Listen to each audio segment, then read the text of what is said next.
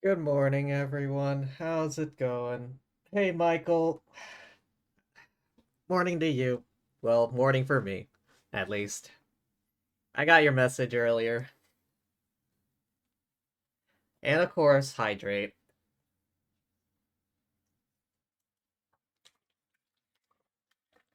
Got some gamer subs today.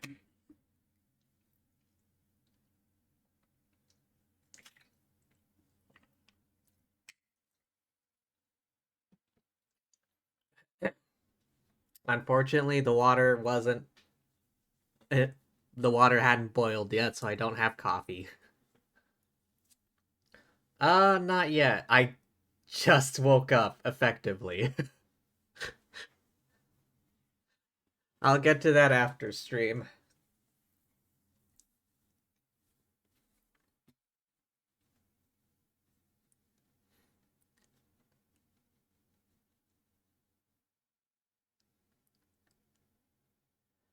Okay. Ooh, what's on the menu today, so to speak?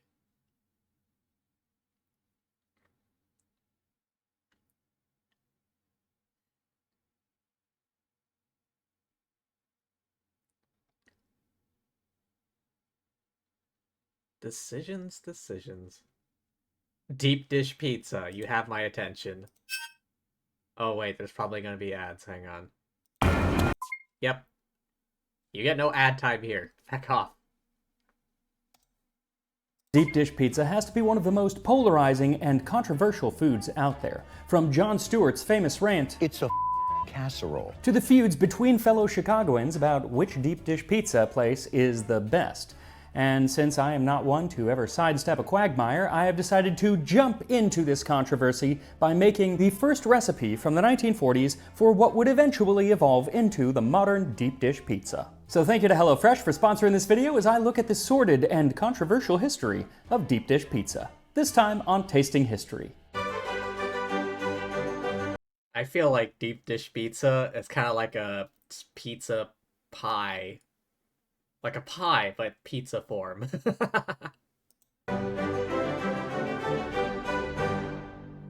So I am back in my kitchen, finally, after like 6 weeks, and I'm loving it. It looks different. Different is scary, but frankly, it's more user-friendly, and since this is actually my kitchen and not just a set where I film, user-friendly is good. Unfortunately, that did mean that I had to get rid of my beautiful gas oven. It was leaking and not great, but that means I have a new oven that I have to christen, and I decided what better to christen a new oven with than pizza. And when deciding on a pizza, I decided to do Chicago deep dish, and since this is Tasting History, I'm not just making a deep dish pizza, I am looking back in time to find one of the earliest recipes for Chicago-style deep dish. And one has to ask, do you prefer Chicago-style deep dish, or do you prefer a New York-style or just more traditional-style crust pizza? Agree, it's not a casserole. As a Midwestern, you know your casseroles. I'm telling you, it's a pie. Deep dish is a pie. I have to say I've always fallen into the traditional style pizza camp, but that's what I grew up eating at like Peter Piper Pizza and stuff. But I actually didn't even get to try a real Chicago style pizza until I went to Chicago last year. I went to several places that served deep dish and stuffed pizza, we'll get into that, but I didn't go to the place that it all originated, which was Pizzeria Uno, located at 29 East Ohio Street in Chicago. It opened in 1943, and in 1945, newspapers around the country published an article that had a recipe from the owner, Rick Ricardo, not to be confused with Ricky Ricardo. And I love that at the time, pizza was such a novelty food, at least here in the US, that the author, Gaynor Maddox, had to explain what it was. Pizza, pronounced pizza, is an Italian pie with a savory filling, usually made of sausage or anchovies and cheese. It's the after-the-movie snack favorite of teenagers. Also, I came across this old 1945 article while reading a modern article by Peter Regas, who is a Chicago-based food historian who is obsessed with pizza and knows like everything about it. I was really impressed with his research, and he just kept popping up while I was working on this video.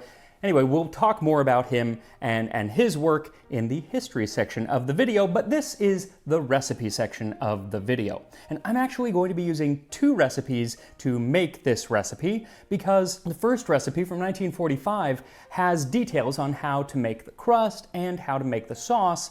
But in 1947, another article was published that detailed how to assemble a deep dish pizza. Both recipes were written by Rick Ricardo, so I feel like I can kind of mash the two together to make one recipe that's like the pizza that he would have been serving around 1947. And I'll put actually both full recipes on the website, tastinghistory.com, so you can see them, but for the purpose of the video, I'm mashing them together to make it easier to follow along. And recipes should be easy to follow along, just like the wonderful recipes from today's sponsor, HelloFresh. Here we go. Now that I have my kitchen, once again, I can finally get back to making my weekly HelloFresh meals. And I love making them because the dish is deep dish pizza. Now, the original recipe calls for making 6 pizzas, and while I could probably eat 6 pizzas, I'm not going to do that. Instead, I'm going to make one 12-inch pizza. So to make the dough, which is rather different than the modern-style deep dish dough, what you'll need is 1 cup or 235 milliliters of whole milk, 1 teaspoon of salt, 2 tablespoons of sugar, 2 tablespoons of melted butter, 2½ teaspoons of dried yeast, 2½ cups or 300 grams of flour, and 2 tablespoons of lukewarm water. So first, scald the milk by heating Wuss, make 6 pizzas? Exactly. Go big or go home. Make all the pizzas. it to around 180 degrees Fahrenheit or 82 Celsius, and then remove it from the heat and whisk in the sugar and the salt.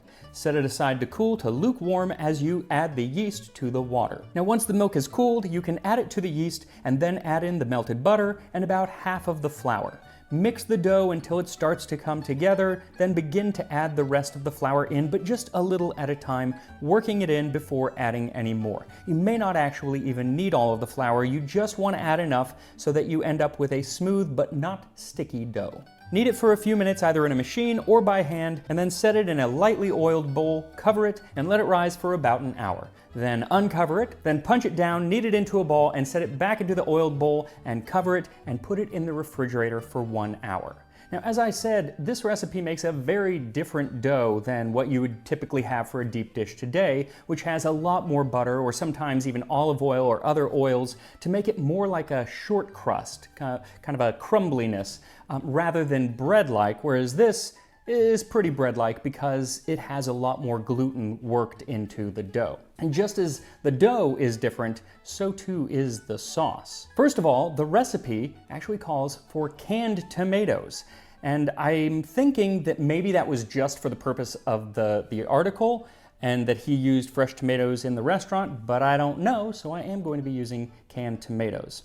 Also, the amount of sauce in that original recipe, it is not adequate, and I did not realize that until I was actually assembling the pizza. And then I looked closely at both recipes. So the 1945 recipe is definitely for a thin crust and just a little bit of sauce like you would find in Italy at the time. Something though happened between 1945 and 1947 that totally changed the way he was making this pizza. First, he says that the dough should not be thin, and he says that you should be generous with the tomatoes. So more like a deep dish pizza. So I am doubling the amount of the sauce. So use 4 cups of crushed tomatoes, which you'll pass through a conical sieve, and then add 1 finely minced garlic clove, not nearly enough garlic in my opinion, but there it is, a 1/4 teaspoon of thyme, a 1/4 teaspoon of rosemary, and a 1/4 teaspoon of basil, and all of those should be dried rather than fresh. Then 1 dried bay leaf, 1 teaspoon of salt, and 1 whole onion. I thought that the onion would need to be chopped, but if you look later in the recipe, it says to take out the whole onion. So it's just a whole onion that he pops into the sauce. Mix everything together and then add in 4 cups of water. I also thought that this was kind of odd because you're just gonna make a very watery sauce, but Wow, just a whole ass onion sitting in there. What the hell? then you're going to simmer the sauce for 2 to 3 hours, and you're going to let all of that water evaporate until you have a nice thick sauce once again. Now as the sauce cooks, you can take the dough out of the refrigerator, let it come to room temperature, and then spread it out into a circle, or whatever polygon I ended up making, and then set that into a cake pan that has been oiled with olive oil. And you want to have the dough come up the sides just as you would for a pie. Now, I brought mine all the way up, which, to be honest, is You see, it's a pie. It's not a pizza, it's a pie. Pizza pie. probably too thick, because if you look at pictures from the 1940s and early 50s, the pies are not quite as thick. They're only about 1 inch, and I think I went closer to 1.5 inches, even 2 inches. C'est la vie. Once the dough is in though, you can cover it up and let it rise until the sauce is ready. And then it is time to assemble the pizza, and this is where things get kind of weird.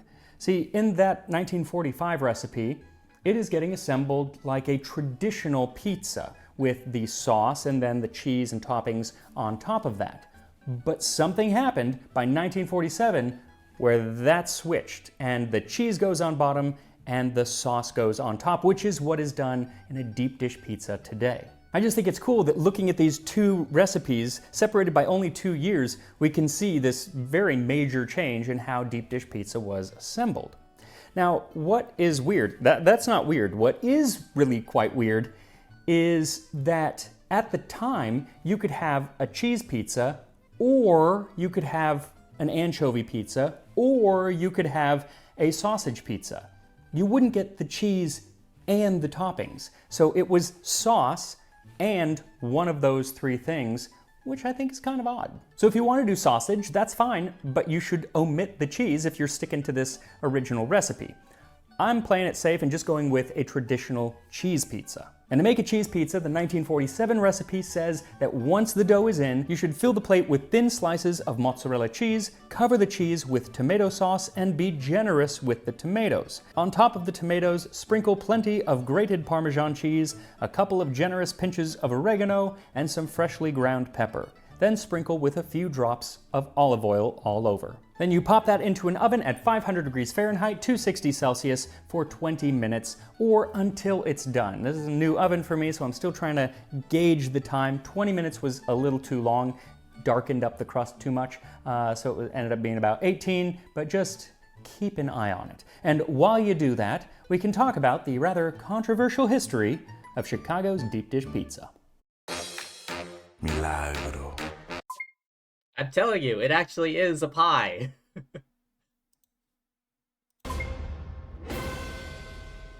Now, there are numerous stories about It's a the pie, I origins say. of the deep dish pizza, and frankly, most of them conflict with each other, so they can't all be true.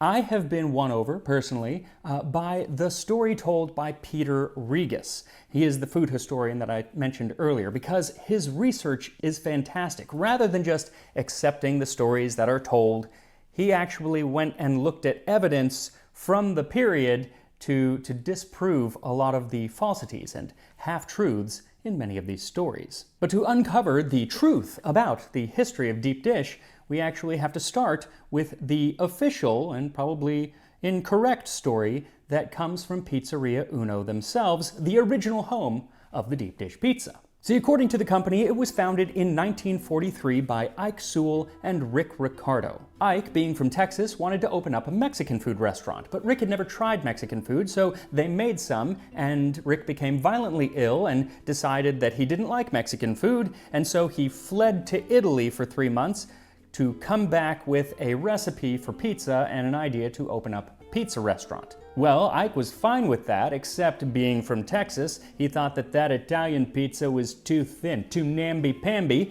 and that he needed a heftier, everything is bigger in Texas style pizza, and so he wanted it deeper, hence the deep dish. Now you'll note that that version of events is from Ike Sewell, and he only started telling that story after Rick had died, and that, my dear viewer, is because it is utter codswallop. For me, the story falls apart right at the beginning when Rick tries Mexican food and doesn't like it, because how can you not like Mexican food? But more telling is what Peter Regas points out, and that is that in 1943, when Rick made his vacation to Italy to study pizza, he would have done so at the same time that the Allies were invading Italy during the height of World War II. Yeah, that just doesn't really pan out. Even more evidence comes in the form of leases and liquor license applications that show that Ike Sewell was not really part of it for the first year, pretty much, that the restaurant was going on. And so that's probably why, years later, Rick's then wife was quoted as saying, "Ike Sewell didn't know beans about deep dish pizza. I think Sewell is a crook." Now, I don't know if he's a crook or not, that might be going a bit too far, but a teller of tall tales, most definitely.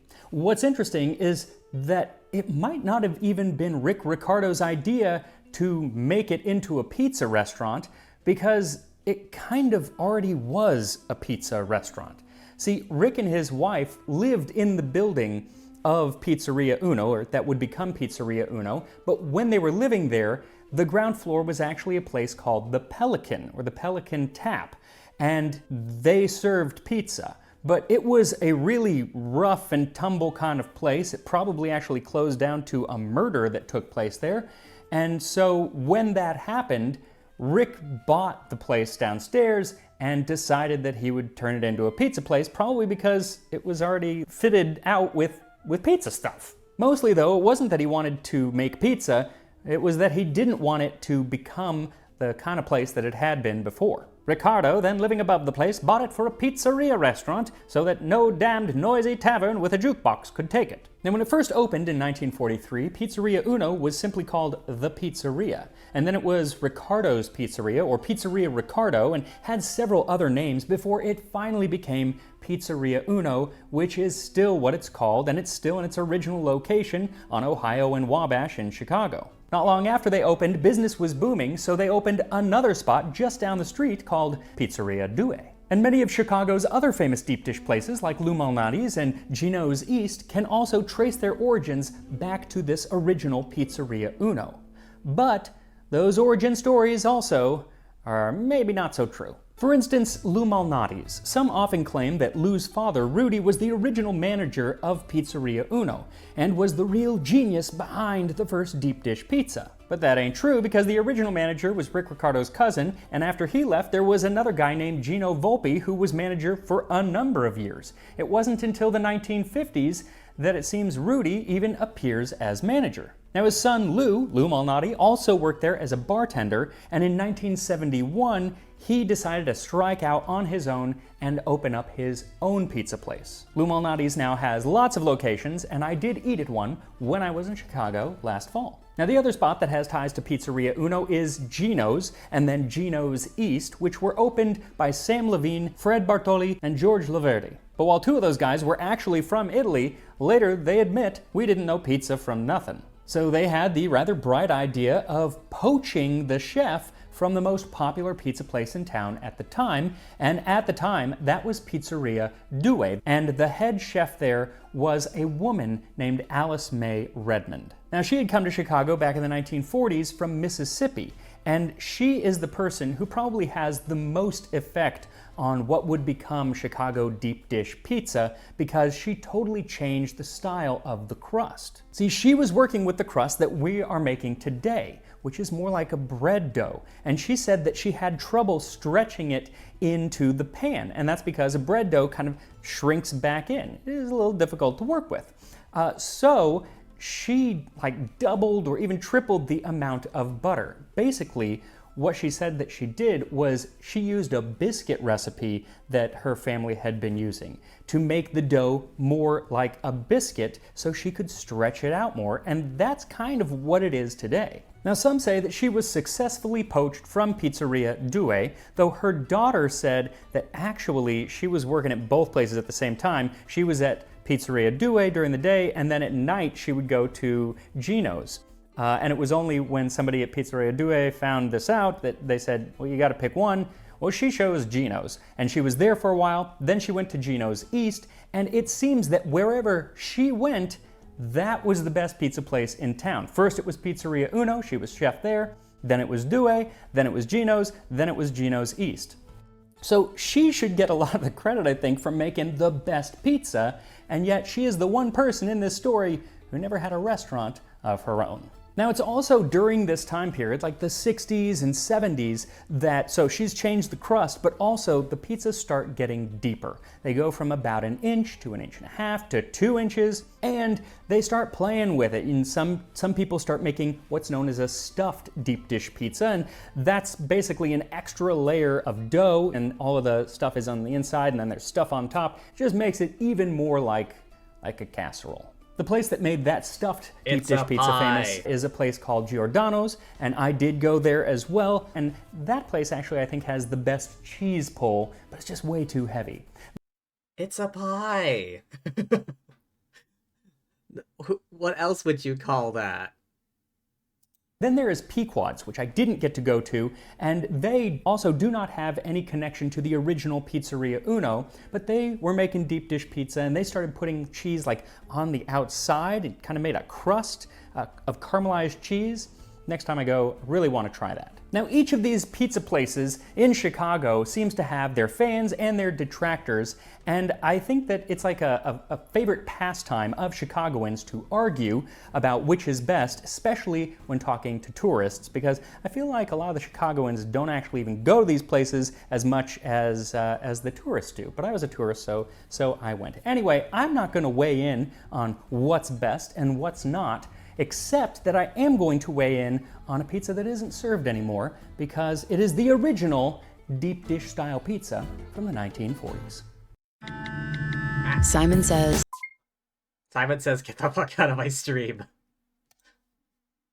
Ricardo's original 1940s deep dish pizza. I mean, look at that melty cheese. It smells amazing, but let's give it a try. And this is definitely a fork and knife pizza. You don't pick this up with your hand.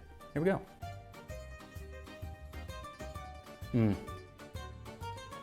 That was really, really good. So the sauce is a little more watery than I would like, and I think that's just, I just needed to cook it a little bit longer to let more of the water evaporate, but the flavor is fantastic. It is, I would like maybe a little bit more garlic, but it is plenty flavorful enough. And that cheese, it's a nice, good amount of cheese. And the sauce isn't too much. Sometimes you get deep dish today and it's like 80% sauce, 20% cheese. I'd say this is 50-50, and that's the way I like it. One more bite. And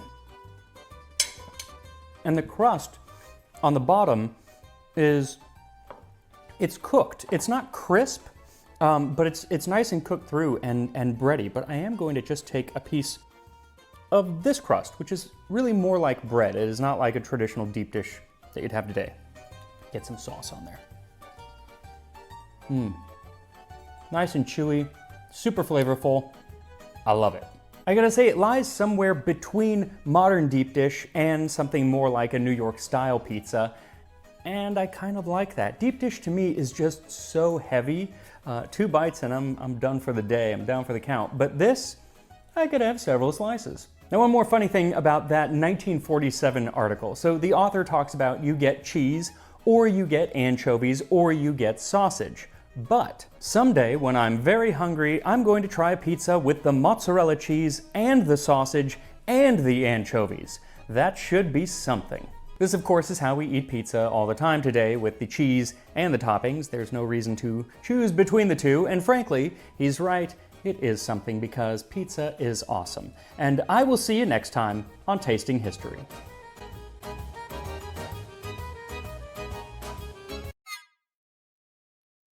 Ah.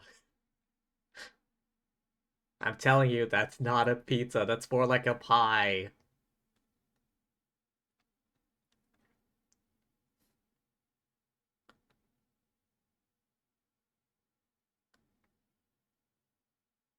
Oh yeah, airline food. I remember that. Oh yeah, Chef Boyardee.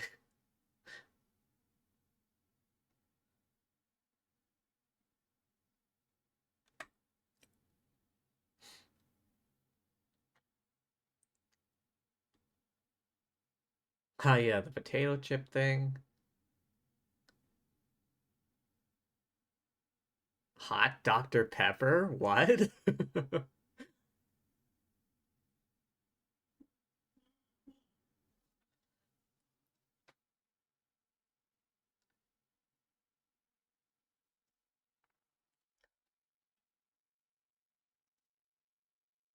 Oh yeah, the Betty Crocker one. Oh man. Oh, so much. Oh yeah, the sweet potato coffee, quote unquote coffee.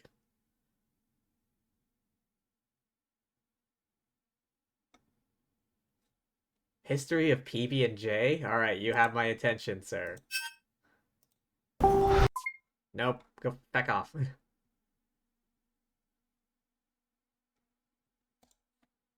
Fact that the most perfect sandwich ever conceived by a human being is the peanut butter and jelly sandwich. But was it always so perfect?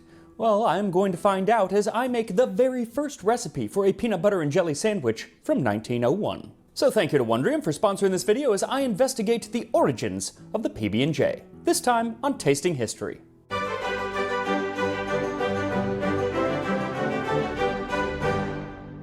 So I suspect that this video is going to get rather different reactions in different parts of the world, because while here in the US, making a peanut butter and jelly sandwich is practically a national pastime, in parts of the world, they are almost unheard of. In many countries, peanut butter itself is hard to come by, and there are those who believe that the peanut butter and jelly sandwich is an abomination, and for those people, I weep. But maybe I can lead them into the light with this first recipe from the Boston Cooking School magazine in 1901. For variety, someday try making little sandwiches or bread fingers of 3 very thin layers of bread and 2 of filling. 1 of peanut paste, whichever brand you prefer, and currant or crabapple jelly for the other. The combination is delicious and, so far as I know, original. So simple, yet so brilliant.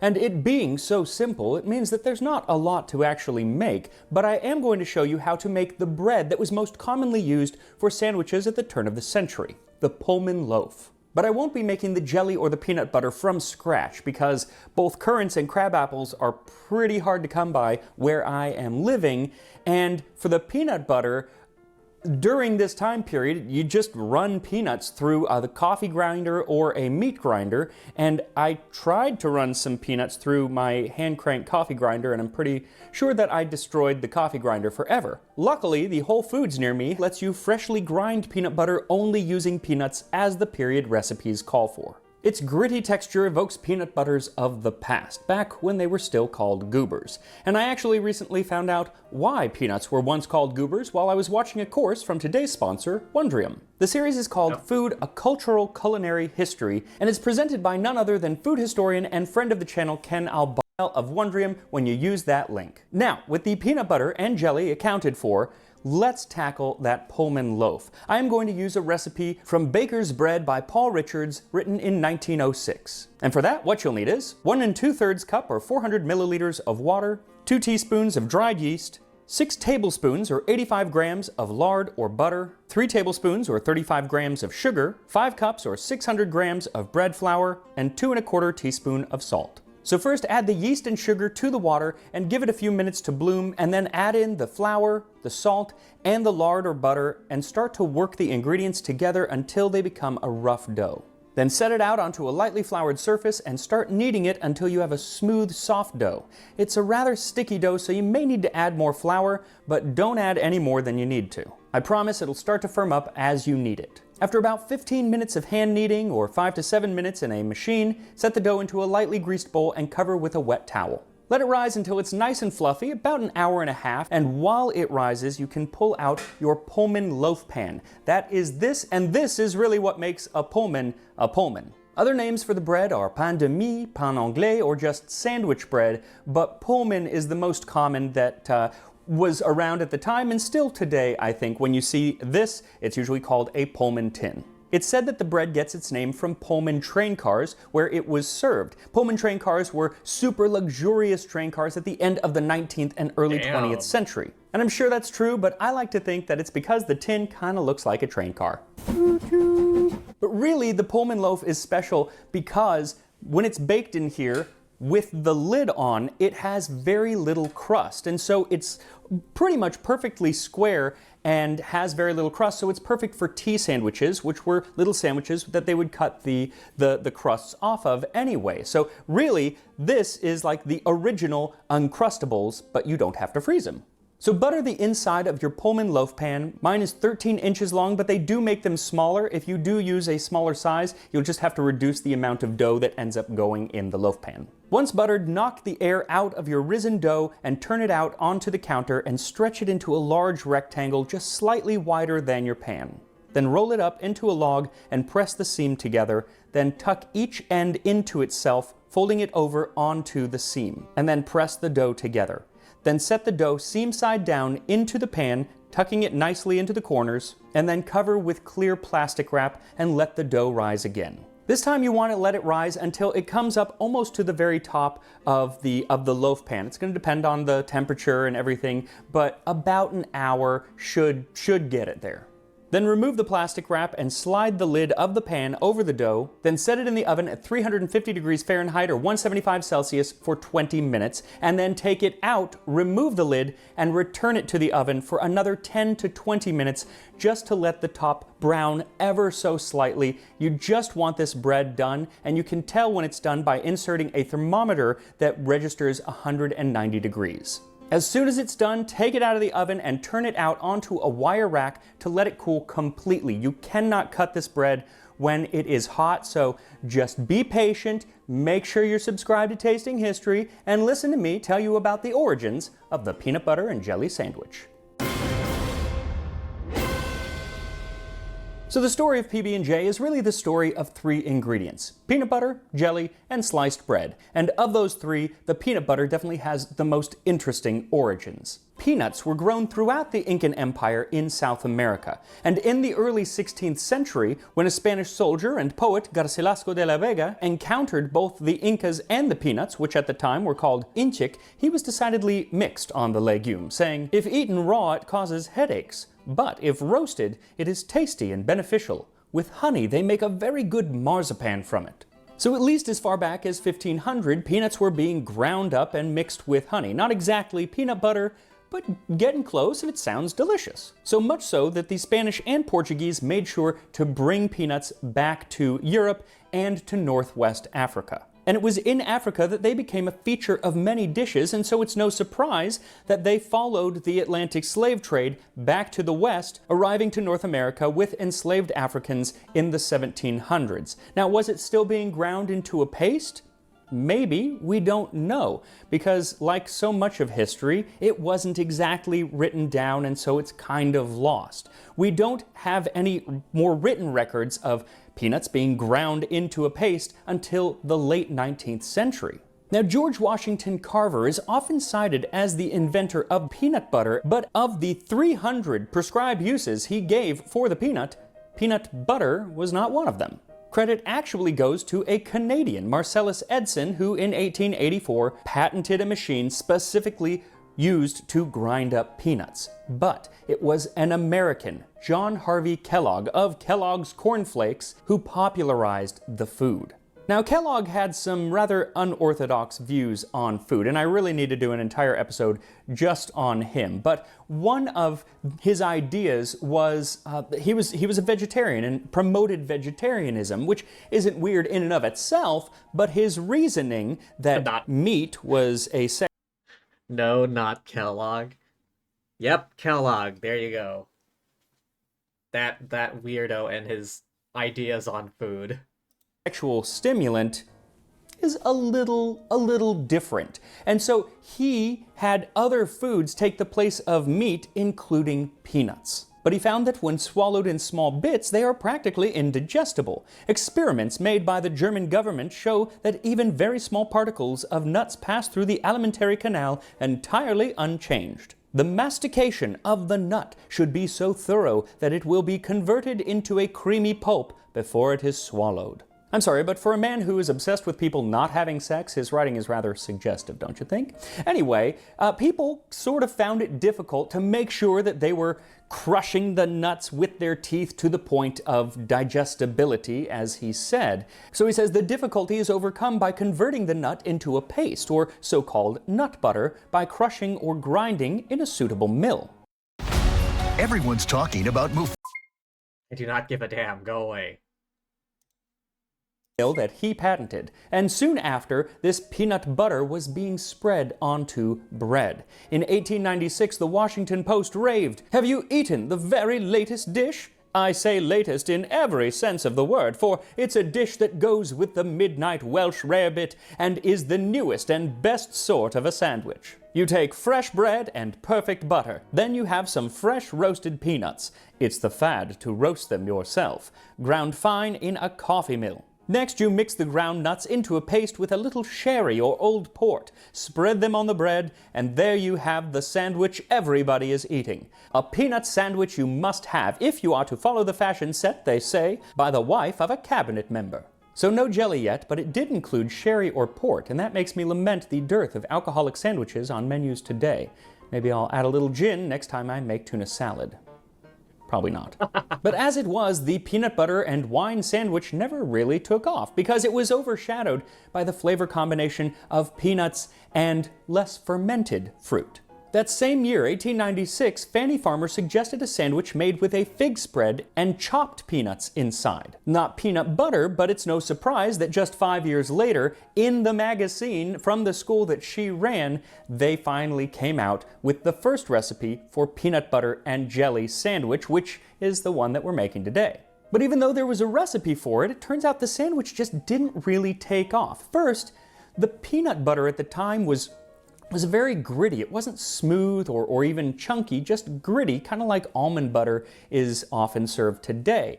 And I guess crabapple and currant jelly just didn't entice. Then there is the added effort of having to slice your own bread. Exhausting. But there were solutions to all three of these issues coming very soon. First, the bread. It was Otto Frederick Roeder of Davenport, Iowa, who first realized that slicing your own bread was for chumps. So, after a few failed starts, including a fire which destroyed his prototype in 1912, he finally introduced a fully working bread slicing machine in 1928. A few companies started using it, but many of them thought that it was kind of a gimmick and frankly not that smart because once you slice the bread, it goes stale rather quickly, so why would anyone want that?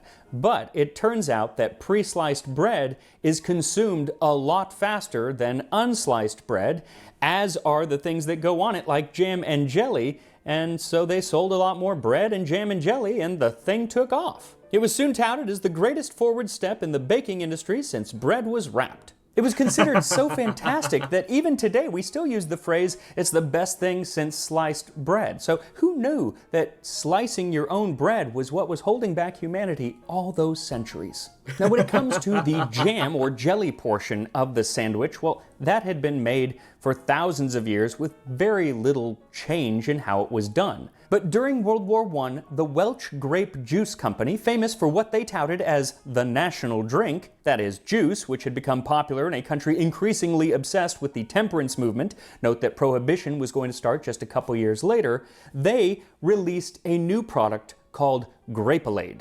This, they said, was neither jam nor jelly, but jam in jelly form. And it's basically grape jelly. And at first it was only available to the troops who were fighting over in Europe. But as they came back, they did so with Grapelade. There was actually a Grapelade ad that said, "Thank the armistice for Welch's Grapelade." Yes, be glad that the death and destruction from the Great War is finally over, but you also get Grapelade. And this was soon followed by Peachlade, Plumlade, and Fruitlade, which was a mix of grape and raspberry.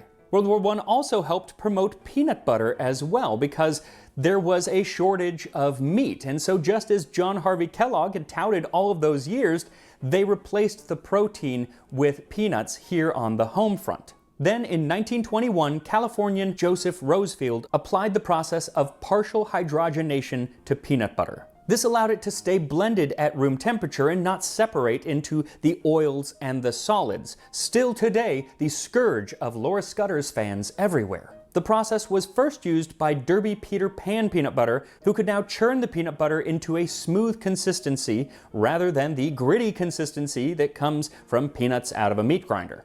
Then in 1932, Rosefield founded his own peanut butter company called Skippy and developed my favorite style of peanut butter, Crunchy.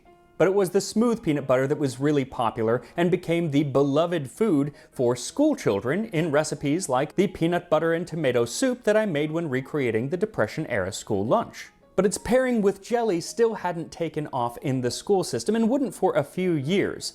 First, peanuts had to go to war. Peanut butter became a common item in the mess kits of American soldiers during World War II. Another common item in the mess kits was Welch's Grapelade, and so it was amongst the soldiers that they took that peanut butter and the Grapelade and put them together between two slices of bread. It wasn't the first time, but that's when it really became popular. And so when they got home, they still had that craving. A craving that I know all too well. That's because, just like flat feet or a receding hairline, they passed it down to their kids.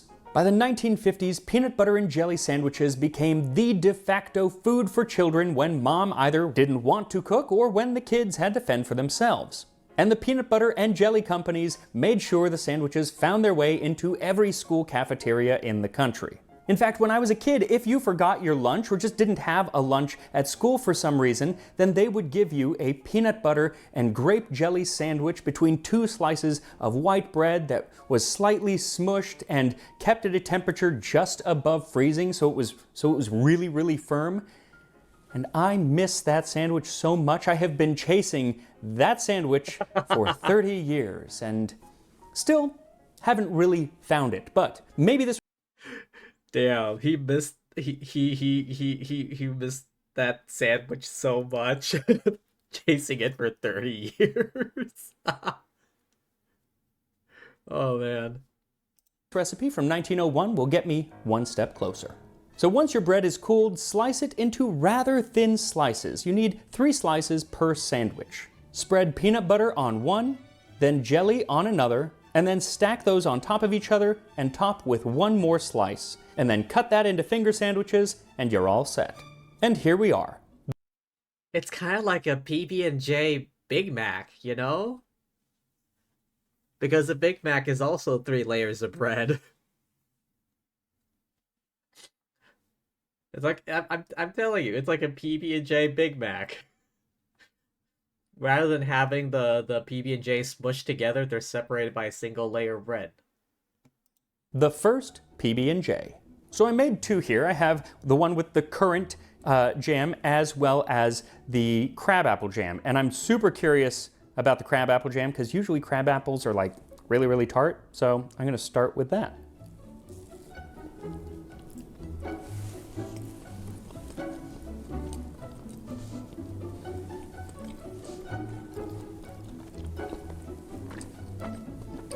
So first things first, chewing. She says to serve these with tea. No, they need to be served with milk. They're just too, you know, it's a peanut butter and jelly sandwich. You need something to wash it down with. Also, while I love the idea of the triple layer, I think that just 2 pieces of bread is better. Unless this was toasted, which is actually usually how I like to do it. I like to do crunchy peanut butter, grape or strawberry jam, and toasted sourdough. The toasting just lets it not be so gooey. But the jelly, that crabapple jelly, it's not as tart as I thought. Granted, I bet they add a lot of sugar because the only ingredients are the crabapple and sugar and a little pectin. So it is pretty sweet, but you still get a little bit of that tartness that you might get from like a raspberry or something like that. Let's go with the currant jam. So I do prefer that, actually. It's sweeter and the flavor of that jam just stands up better to the peanut butter, which, even though it's just ground up peanuts, has a really strong flavor here. I find it has a stronger flavor than if you were to get like Skippy or something like that. It's just peanuts in your face. But yeah, so I prefer this one over this one. Both very good. Both I would actually take out that second piece of bread. But as for the bread, it's so soft and it's close textured because it's kept with the lid on, and that's the point. It's meant for sandwiches. There are no holes for things to really fall into. Perfect. Yeah, peanut butter and jelly sandwiches. Still one of, if not my favorite foods. I know it's so simple, but there's just something about it. Brings up memories. I don't know.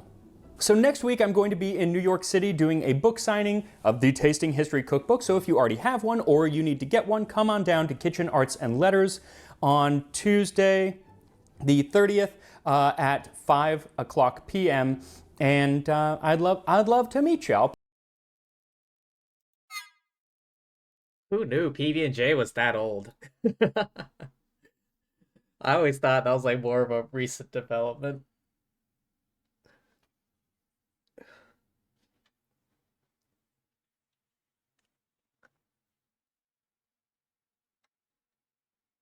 Queen Elizabeth's coronation chicken. Irish soda bread. Carrot cake. History of school lunch.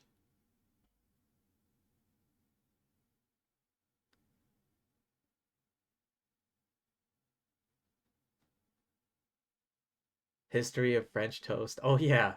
The Molassacre. The Great Molasses Flood.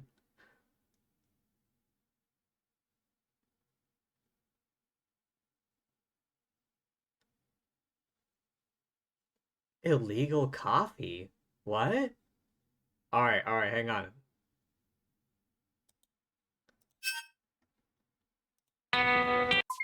Back off. And skip. Stinking, bitter puddle water is how coffee was once described in the 17th century. Now, this drink has been blamed for treason, immorality, even impotence, and it has caused so much controversy that it's actually been banned several times throughout history. But that's okay, because this 1887 coffee cocktail that I'm making today contains no real coffee. So thank you to Mr. Black Coffee Liqueur for sponsoring this video as I try to make a coffeeless coffee cocktail and explore the history of illegal coffee. This Coffee was illegal in Europe? You heard about this? Really? I have never heard about this before. time on Drinking History.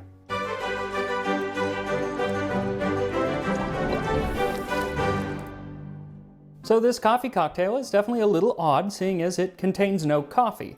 Now, the recipe comes from the 1887 edition of Jerry Thomas's Bartender's Guide. And he, or more likely whoever compiled it, seeing as when this edition came out, Jerry Thomas was already dead, is quite upfront in saying the name of this drink is a misnomer, as coffee and bitters are not to be found among its ingredients. But it looks like coffee when it has been properly concocted, and hence probably its name. And so, when you want a coffee-looking cocktail, but you don't have any coffee, this is the perfect drink, because all you need is a teaspoon of powdered sugar, 2 ounces of port wine, 1 ounce of brandy, and 1 fresh egg. And yes, this recipe will have raw egg in it, so if you are worried about salmonella, make sure that your egg is clean, not cracked, and well refrigerated, at least in the US. Different countries have different rules, but in the US, do all those things. Give it a vigorous dry shake, meaning without the ice. That'll help get it nice and frothy. Then add the ice and give it another shake until it's well chilled. And then strain it into a glass. And then he says to grate a little nutmeg on top before serving, and that's it. The coffee cocktail of 1887. And it does kind of look like coffee. I mean, it doesn't look like a cocktail. Looks more like coffee. Let's give it a taste.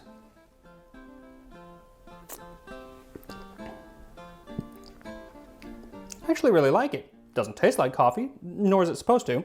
The egg, it gives kind of a creaminess to the texture that I really like, and you get that lovely foam on top. It's the only way that you're gonna get that, which I like. The nutmeg adds just you get that kind of on the nose, but then once you taste it, you're really tasting the port more than anything. You get a little bit of the burn from the brandy, but not a lot of the flavor. What's so weird is that it tastes like there's milk in there. It's very, very creamy. Maybe it's just looking at it, but yeah, I like that. Now, if you do want a cocktail with a true coffee flavor, then Mr. Black, our sponsor today, is the way to go.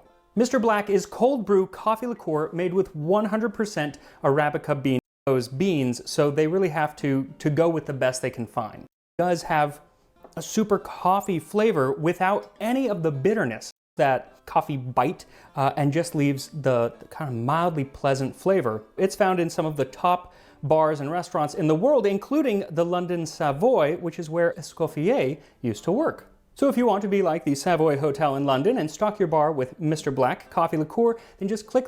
And they also have a lot about their wonderful cocktails after I talk to you a little bit about illegal coffee. Okay, I think this is So actually throughout history, there are multiple stories of when coffee, or usually the drinking of coffee in public, has been banned. Mecca in 1511, Cairo in 1539, and its consumption is said to have been punishable by death in Istanbul under Sultan Murad IV. The issue with most of these bans is that the details, and really the stories about them, weren't written down until years after they supposedly went into effect, and then were often repealed. Also, the stories often tend to be propaganda of later ages, like the stories of Sultan Murad IV stalking the streets at night dressed as a commoner with a sword, so that if he saw anyone drinking coffee, he could behead them on the spot. Now, could that be true? Maybe, but there isn't really any reason to think that it was, other than much later stories often told by people who didn't care for him and the Ottomans. In fact, most of the stories surrounding bans on coffee seem to be apocryphal. Like when coffee first came to Europe in the 16th century, the Catholic Church basically said that it was a drink of the devil because it was associated with Islam, because that's where it was coming in from. But Pope Clement VIII enjoyed it so much that he decreed that they should baptize the coffee in order to steal it away from Satan and deliver it to Christ. Now, could that have Wait, what? Did this Pope actually say baptize the coffee? happened? Yes, because there are some crazy stories, especially when it comes to popes. They once put a dead pope on trial and found him guilty because he didn't make much of a defense, because he was dead. But there are contemporary sources that talk about that, whereas the coffee being baptized, no. But there are several times in history when coffee was banned, or at least attempted to be banned, and they do have more evidence to support them really happening. Perhaps most famous is in 17th century England. So coffee came to England in the mid-17th century and was touted as a bit of a cure-all, seeing as it is observed that in Turkey, where this is generally drunk, that they are not troubled with the stone, gout, dropsy, or scurvy, and that their skins are exceedingly clear and white. With such a reputation, it's no wonder that coffee houses began sprouting up all over the kingdom, a place where the elite of English society could meet and discuss science, economics, politics, and do so soberly. These are the penny universities, which I did an entire episode on, which I will put a link in the description and have that probably pop up after this video. But it seems that the ladies of London were not such fans of the newfangled, abominable, heathenish liquor called coffee. At least that's how a 1674 pamphlet printed in London described it. A pamphlet ostensibly written on behalf of several thousands of buxom good women languishing in extremity of want. In want of what, you ask? Well, it seems that coffee has so eunuched our husbands and crippled our more kind gallants that they are become as impotent as age and as unfruitful as those deserts whence the unhappy berry is said to be brought. They come from the coffee house with nothing moist but their snotty noses, nothing stiff but their joints. That is, the men of London were no longer in the mood, and coffee was to blame. For can any woman of sense or spirit Wait, were women of this era really complaining about coffee, like, causing their like, husbands and boyfriends to be, like, not in the mood?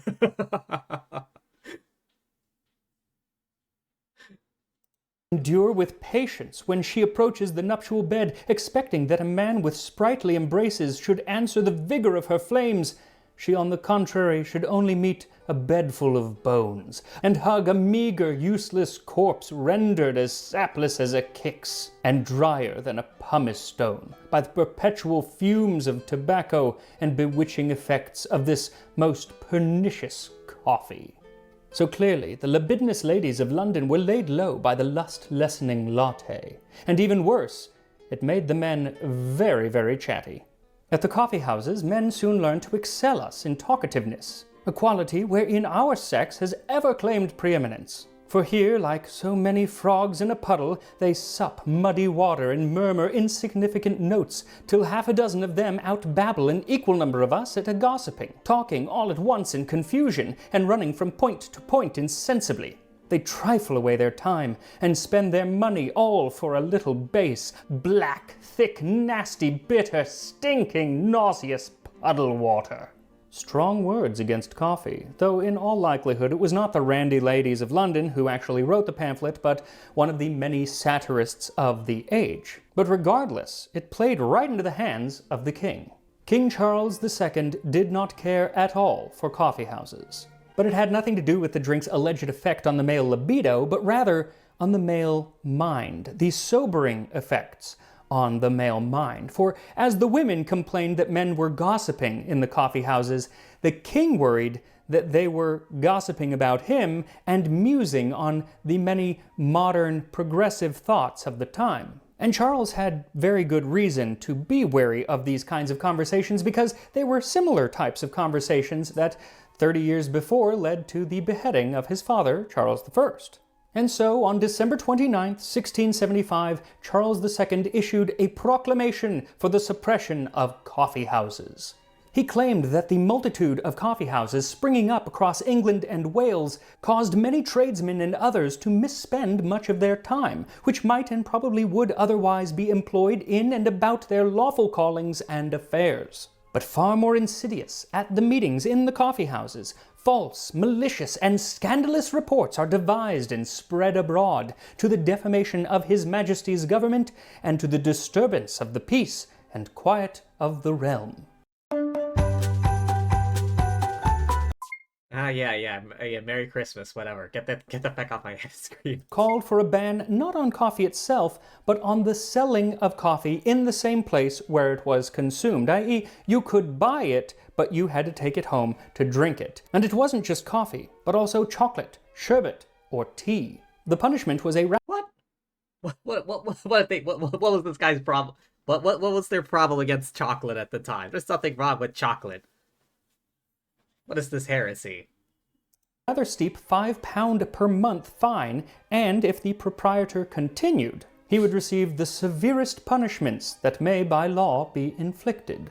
The law was meant to go into effect on January 10th, but it proved so unpopular, namely amongst the king's own courtiers and ministers, because they liked frequenting the coffee houses, that it never actually went into effect, and so coffee houses continued and actually proliferated throughout Britain and became one of the main places where the ideas of the Enlightenment were shared, just as Charles II had worried. Fortunately, the war on coffee is no longer, and the only thing that will stop me from having a cup of cold brew in the morning is if I run out, which does happen from time to time. Though even if you do run out of coffee, you can still make the coffeeless coffee cocktail of 1887, or you could also make a cocktail with Mr. Black, because many of them don't actually require any additional coffee. But the one that I'm going to make does. It requires some espresso, though you can also make it with cold brew, and that is the espresso martini. Oh, alright, I'll hydrate. Give me a moment now.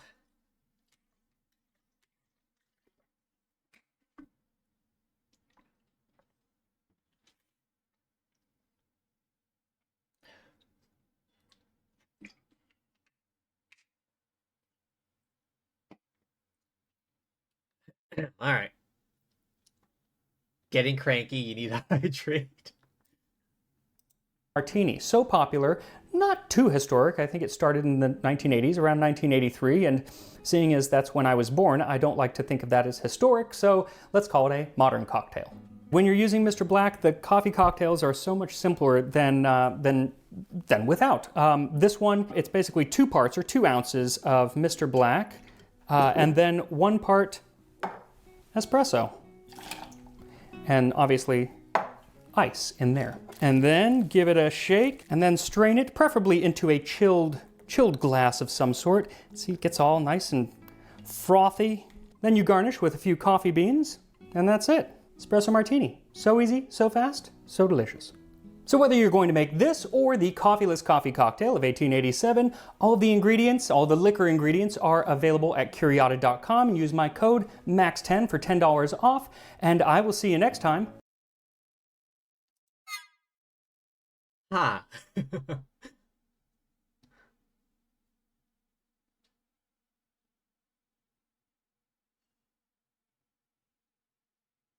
Oh, what do you know? Illegal coffee.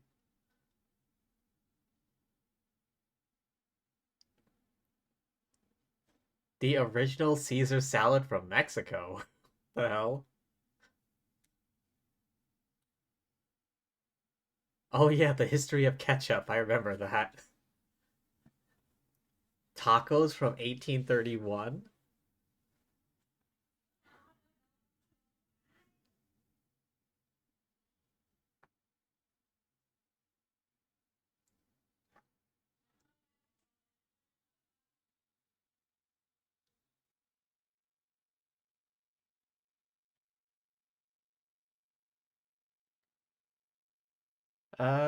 Hang on a second.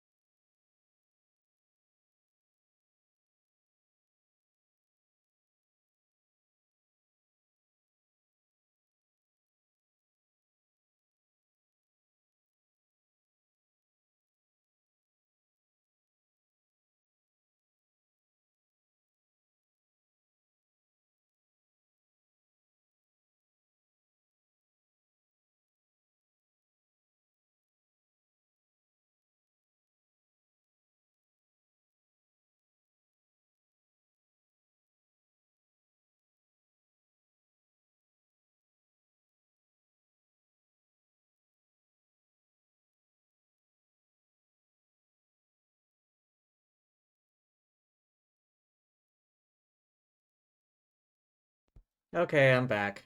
We got a delivery, but apparently it was the package was sent to the wrong address. I'm like, we didn't order anything.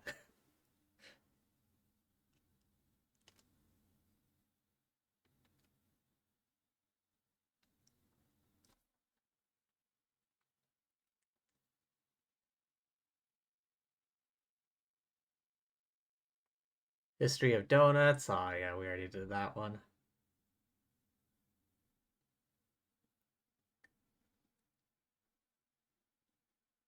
Decisions.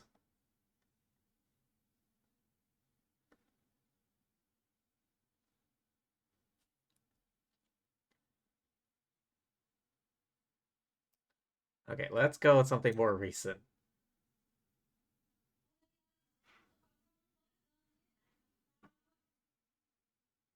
Give me a moment.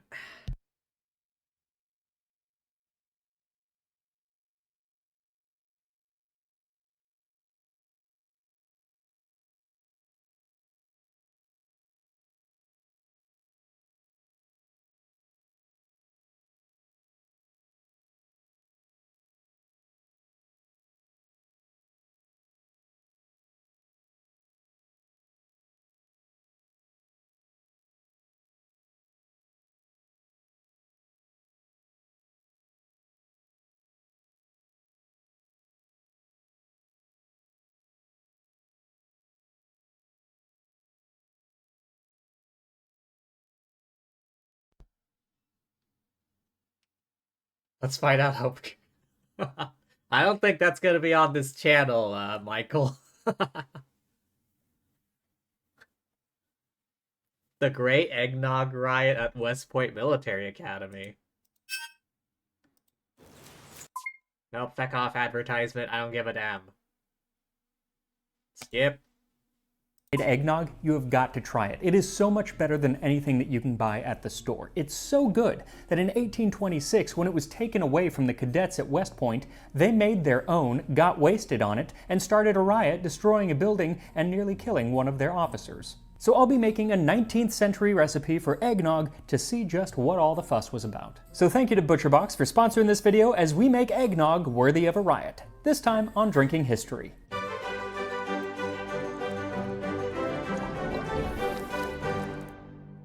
So I made eggnog way back when I first started the channel, and I talked about the history of the drink in that video, but I left out any mention of the eggnog riot. And since I wanted to tell this story, I figured I would do a new recipe for eggnog, new old recipe for eggnog, specifically the recipe that I have in the Tasting History cookbook, which makes an excellent holiday gift.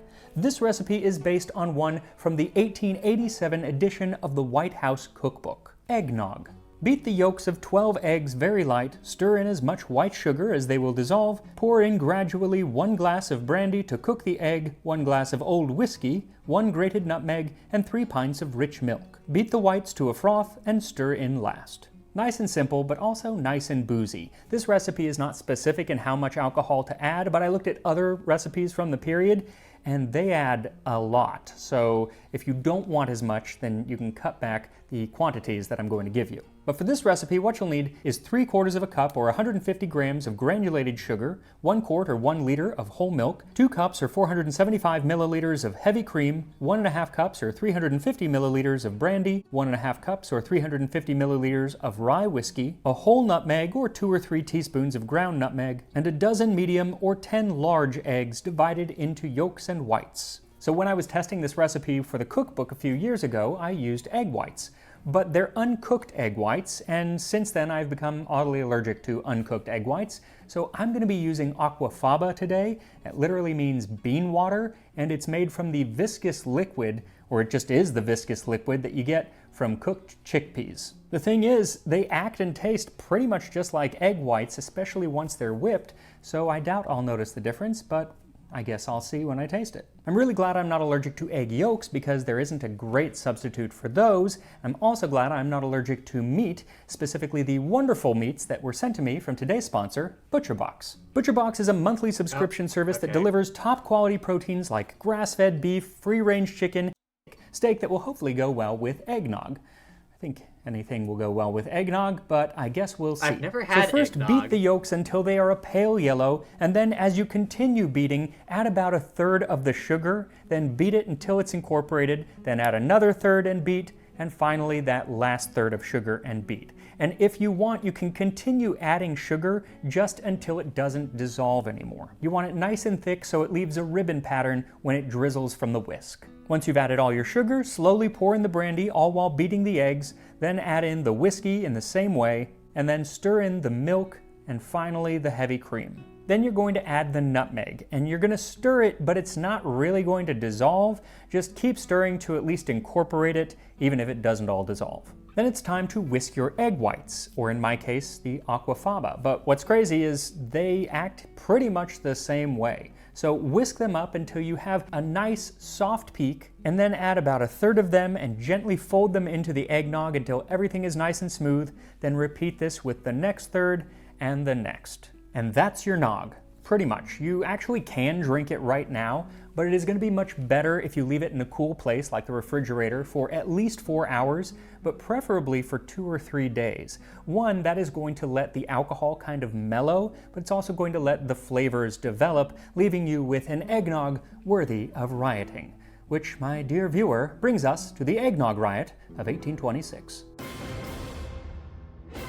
Eggnog riot. 'Twas the night before Christmas, and all through West Point, all the students were wasted, about to tear up the joint. Though actually the story of the Eggnog Riot starts not at Christmas, but on the 4th of July in 1825. See, at the United States Military Academy in West Point, New York, alcohol was strictly prohibited to the cadets. But Superintendent Colonel Sylvanus Thayer, who was notoriously strict, did allow the privilege of a holiday tipple on the 4th of July and on Christmas Eve, the latter being in the form of eggnog. But being a bunch of college students, on the 4th of July in 1825, one drink turned into many drinks and everybody got drunk and they performed a snake dance, whatever that is, but it culminated in them taking the commandant of the school and putting him on their shoulders and carrying him off somewhere. It got Thayer pretty angry because that's not how West Point cadets should behave, and so he decided no more alcohol, either at the 4th of July or at Christmas. Well, when you tell a bunch of 18 and 19-year-olds that they can't have something,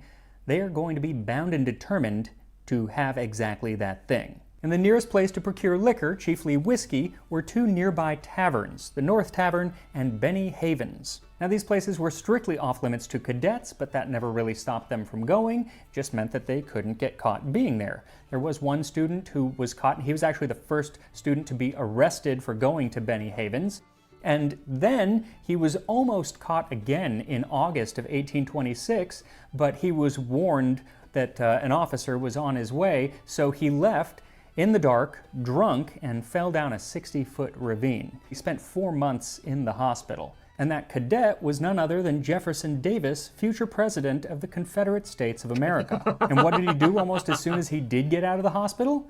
Well, he started to help smuggle in liquor to make a Christmas eggnog. So in the days leading up to Christmas Eve, Wow. Davis and a bunch of his friends started sneaking in little bits of alcohol here and there. They had some wine, they had some brandy, at least 1 gallon of rum, another gallon of decent whiskey, and 2 gallons of cheap whiskey, though actually the cheap whiskey ended up not being so cheap because they had to cross the Hudson to get it, and when they came back, there was a private who was guarding the docks who was going to rat him out, so they had to bribe him with 35 cents to keep his mouth shut. They also started stealing little bits of food and sneaking it in from the kitchens so they wouldn't be drinking on an empty stomach, which just seems sensible. And they even got a big piece of mutton from Benny Havens when they realized that he was going to charge them way too much for the whiskey. Now, when the party started around midnight on Christmas Eve, it was a pretty small affair. It was 9 students in one room, room 28 of the North Barracks. As it happens with all college-age parties, it started to grow and expand into the halls and everything, and by 2 a.m., they were getting a little bit loud. So one of the students is like, everybody, quiet down. You're going to wake the officers.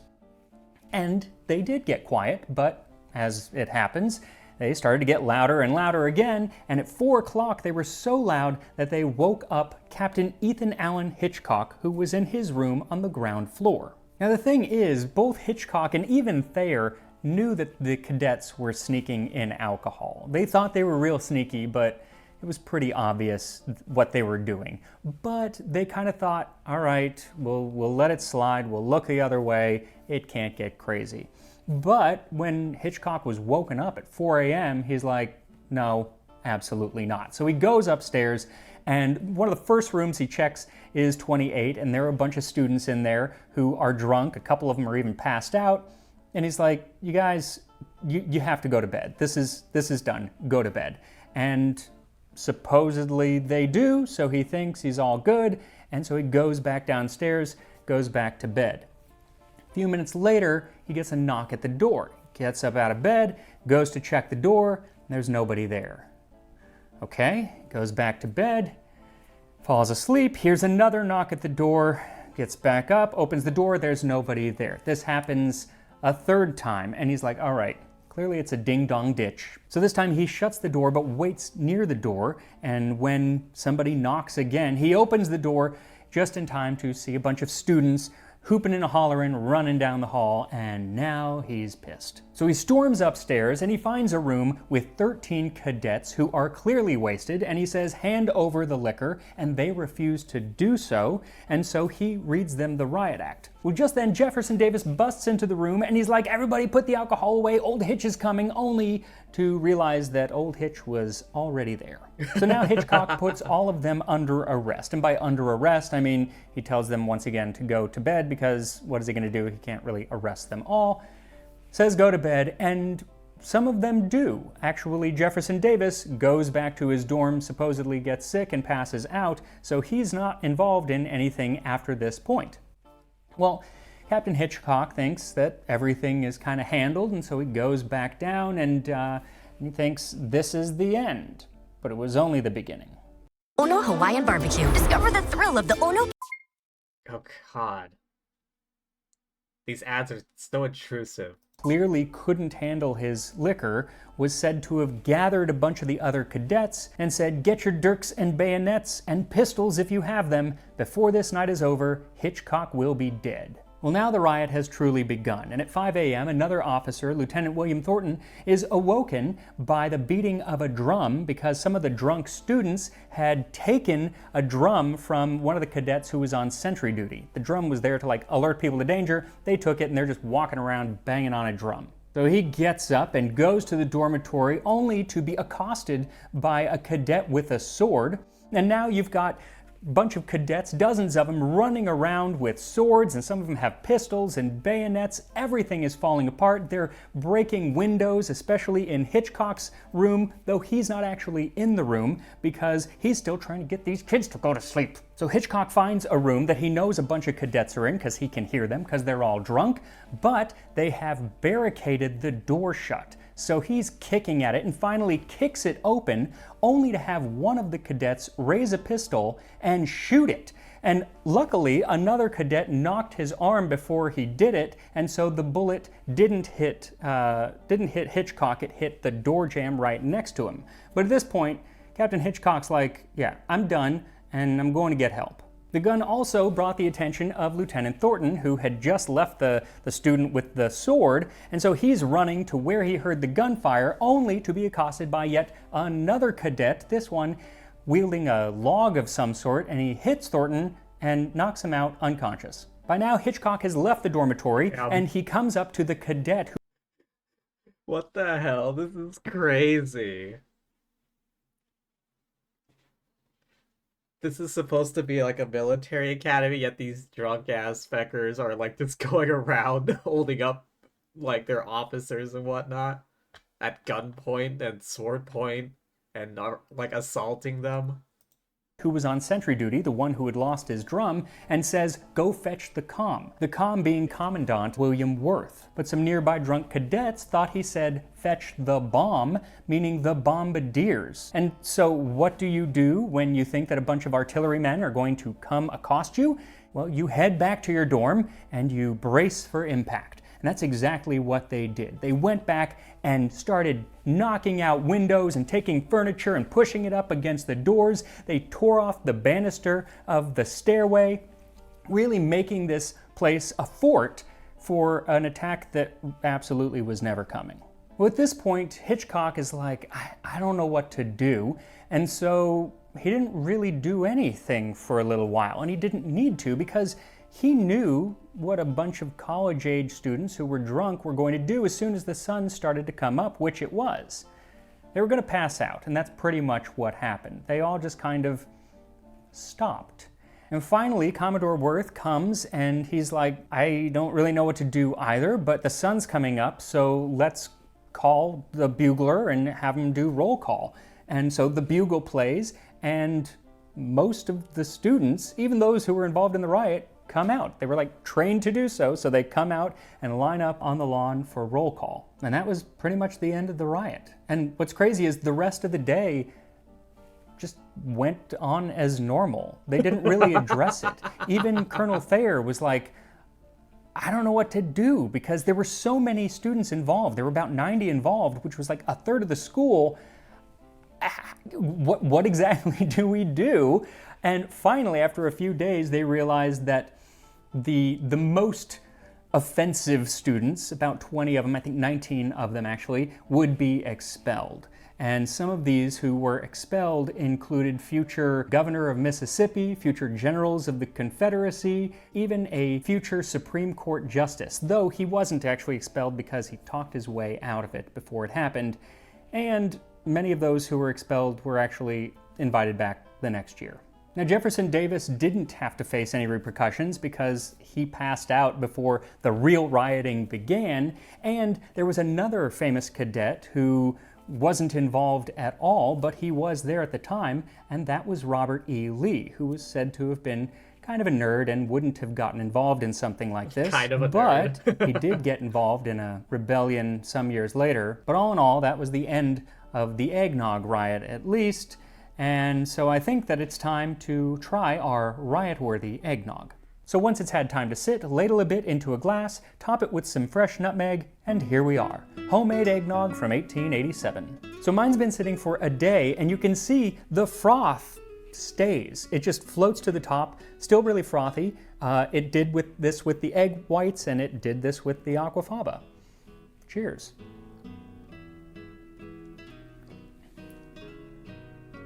Oh, that is good. That is boozy.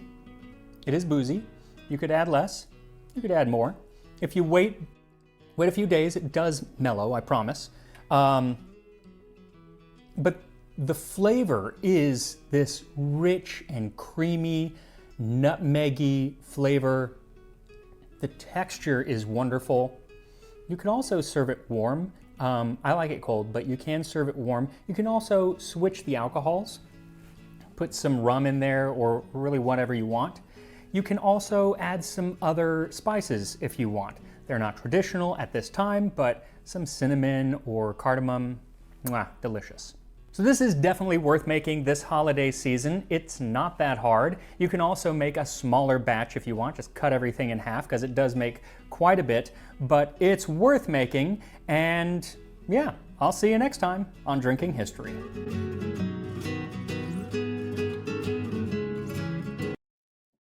Story's almost as epic as your college days. My college days were not that exciting.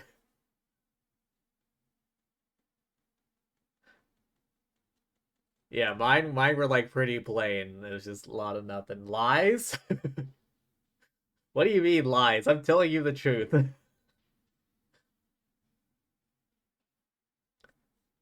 My college days were not very exciting. At any rate, that's gonna be all from me for today. Thank you everyone for stopping by. Hope y'all had fun. I know I did.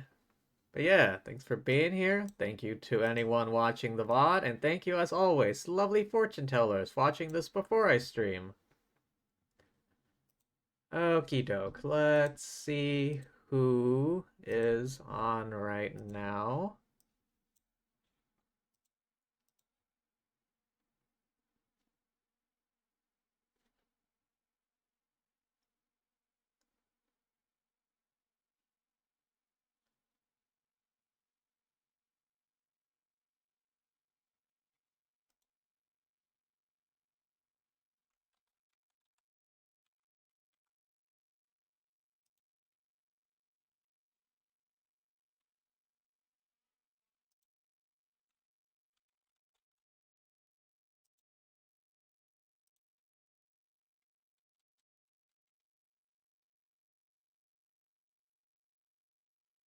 Planning on streaming on Christmas or the 24th? I don't know, actually. Hang on, let me check what days those are. Maybe. Unsure.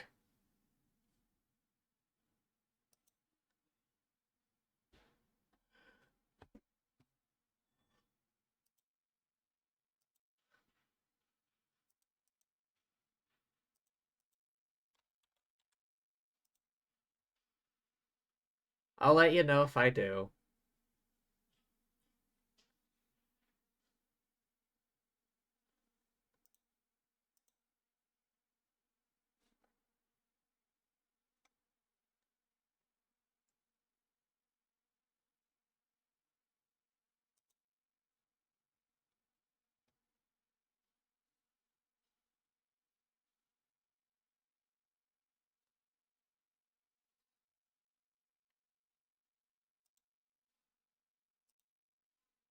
Decisions.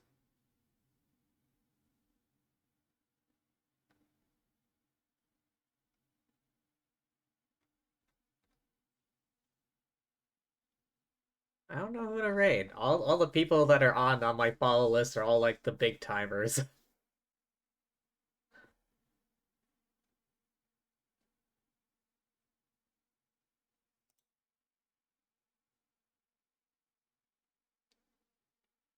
You don't have anyone either? Damn.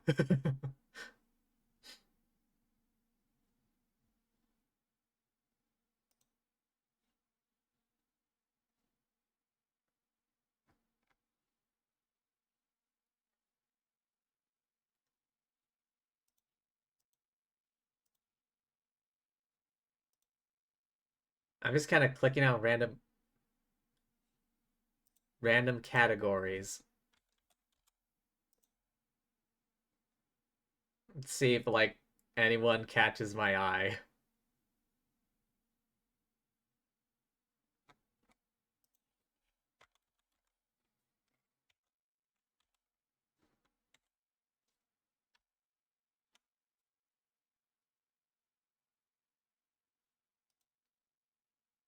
You know what? No raid. I'm just gonna call it here. But yeah, thanks for stopping by. Remember to hydrate, rest up, eat tasty things, all that good jazz, and peace out.